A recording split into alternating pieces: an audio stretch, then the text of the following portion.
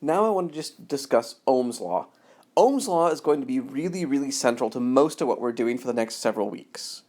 You're going to see it again and again and again. So I really recommend kind of digging into it and trying to understand it. It's not a complex law. In fact, it's not even a particularly true law in some sense, but it's mathematically convenient. Okay? So what I always imagined, at least, Ohm did, actually I'm going to make my axis go the other way, is he plotted current and voltage. And he got a whole bunch of, or actually he got a length of wire out to start with. Let's just assume it was only one. And he ran a current through it, measured the current, and measured the voltage that he was using to get that current. And he found some value. And so he doubled the current, and it turns out the voltage doubled. And he increased it again and again and again. You could even go backwards, drive the current the other way. Okay? Required a negative voltage.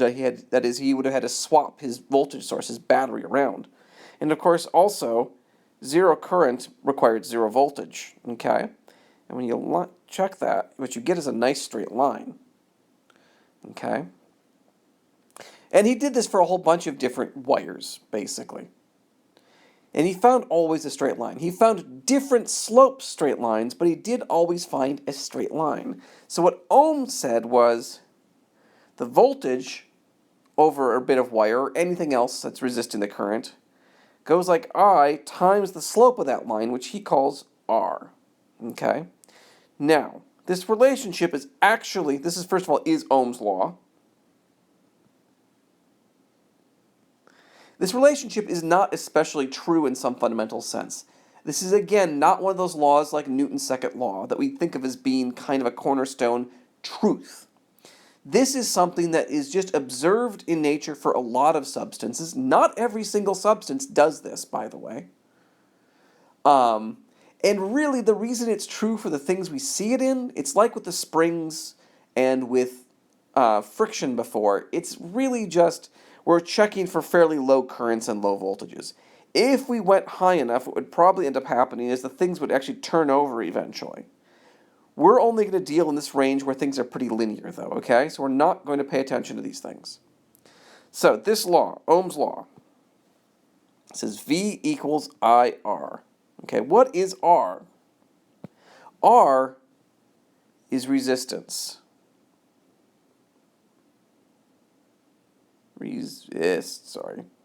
Towns. I know spell good. It is how much the wire or whatever other component is there. By the way, other things that are ohmic like this include light bulbs, the heating elements, and anything you have that has an electric heater in it, so your stove potentially, a tea kettle, anything like that. They all have a resistance, okay? It's how much they resist flow. Okay, another way to write this equation is I is equal to V over R. And if you think about it, if I have the same V and I have different R's, a bigger R resists the current flowing more, so I is smaller. Okay, and vice versa. A lower resistance to flow means for the same voltage, the same sort of driving impetus for the current, you get more current. Okay? The unit of resistance is the ohm, which we use a capital omega to denote. Okay?